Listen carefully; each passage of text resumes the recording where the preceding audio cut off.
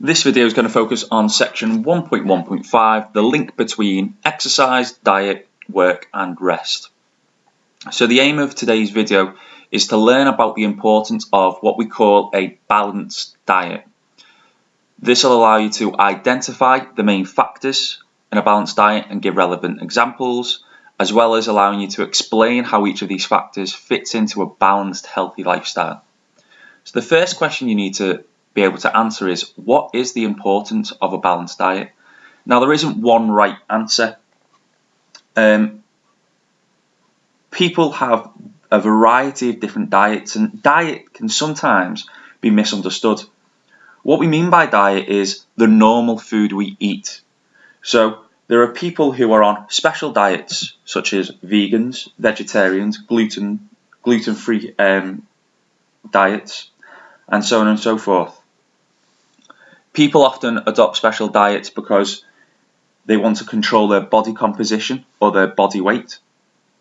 But they also may follow a special diet because of moral or religious reasons. Maybe they have a diet because they've got particular needs, because of their allergies.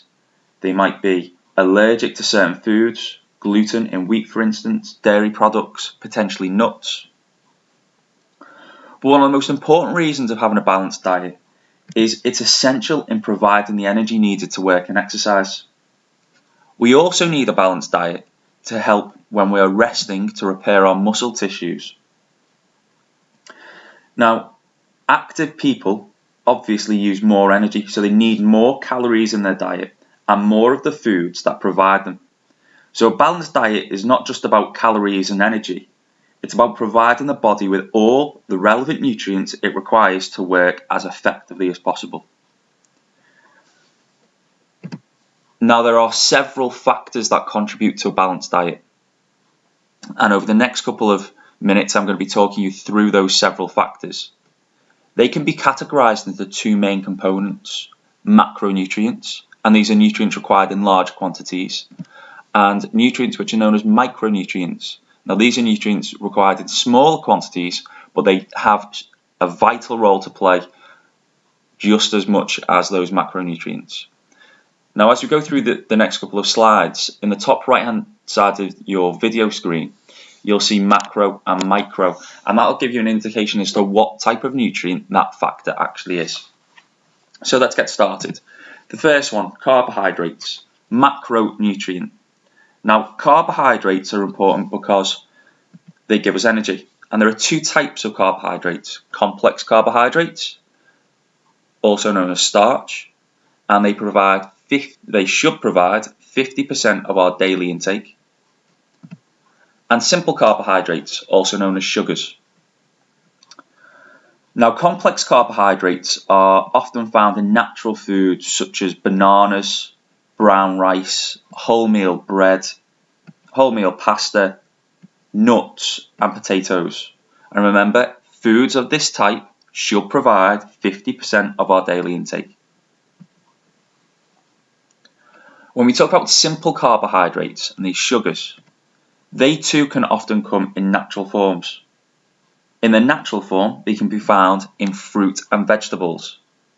So not all simple carbohydrates are bad for you. The most common simple carbohydrates you'll recognize are all those sweet treats, things like biscuits, cakes, sweets, chocolate, and they're known as refined sugars, and they're the ones that aren't as good for you. Now, when we take these carbohydrates in, we store the carbohydrates in the muscles and liver as glycogen, and then during exercise, it's quickly converted to help to provide us with energy. Now, the energy to work and exercise should mainly come, like we said just before, from complex carbohydrates because they provide a slower and longer lasting release of energy than simple carbohydrates.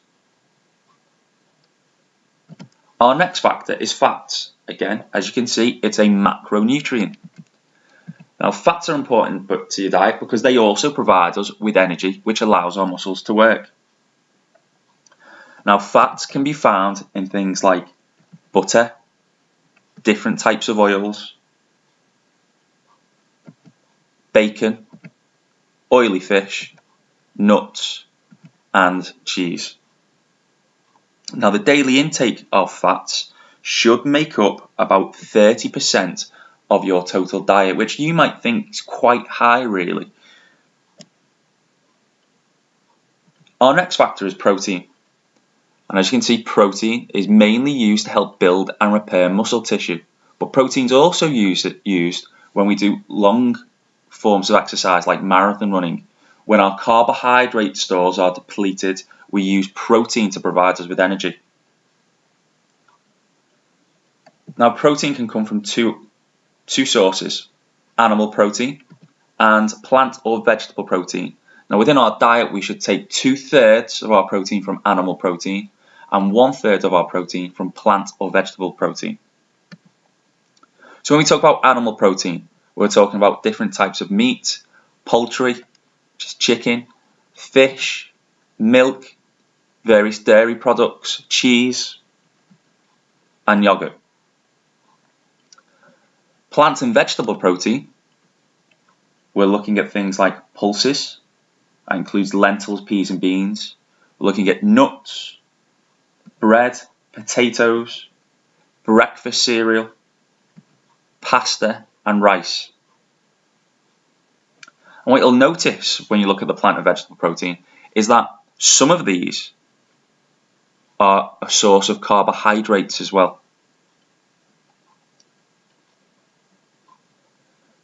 Our next one is a micronutrient, minerals. Now, minerals are essential for a healthy body. There are 3 main minerals that we're going to focus on. First one is calcium, and calcium is vital to health, especially growth during childhood and adolescence as you're going through your teenage years. It's important for the formation of bones and teeth and helps to make the bones much stronger. We need iron in our body, and iron is essential to the blood because of its links with the hemoglobin and its effect on the oxygen carrying capacity of the blood and the formation of red blood cells. So that's really important. And the final one is sodium. Now, sodium has a really important role to play within our body because it's needed to regulate body water content, and also it's involved with nerve functioning. The next micronutrient is vitamins, and there are many vitamins that we need to cover. Vitamins are necessary for good vision, good skin, red blood cell formation, to help us heal if we cut ourselves or get injured, healthy bones and healthy teeth, and to help with blood clotting. And as you can see by the image here, there are lots and lots of different vitamins that you could have. A few main ones we need to focus on: vitamin A, which is found in milk, cheese, egg yolk, liver, and carrots, is necessary for your vision and to help prevent night blindness. You've got vitamin B1, which helps to release carbohydrates and is found in our whole grains, nuts, and meats. Vitamin C, found in fruit and veg, helps healing and fighting infection, and maintains our bones, teeth, and gums. We've got vitamin D, found in milk, fish, liver, and eggs. And then you've also got vitamin E, found in vegetable oil, and is needed to help our growth and development. We then need fibre. Now, fibre helps the digestive system work properly and allows you to get rid of any waste products that you might have within your body. If we don't eat fibre and we can't get rid of those waste products, it can lead to many different types of diseases. Now, there are 2 types of fibre: soluble fibre and insoluble fibre, and it's important to eat a variety of foods so that you get both types of fibre in your diet. Whole grain cereals and whole grain bread are types of soluble fibre, and oats, fruit, and vegetables are types of insoluble fibre. And finally, we're going to talk about water. Now, water accounts for pretty much half of your body weight. It holds oxygen and is the main component of many cells in your body. Why do we need water? Well, it transports nutrients, waste and hormones around the body. It helps to control the distribution of something we call electrolytes. They're also known as body salts electrolytes. During exercise, the body sweats and loses these electrolytes, and some isotonic drinks, like Lucozades, claim to replace these, but a balanced diet will also do this naturally. So water is just as good as a bottle of Lucozade. Why else do we need water? Well, it helps to control our body temperature, especially when we're exercising and playing sport. And it's recommended that we drink at least 8 glasses each day. And finally, most athletes and sports people need liquid when competing in order to prevent dehydration.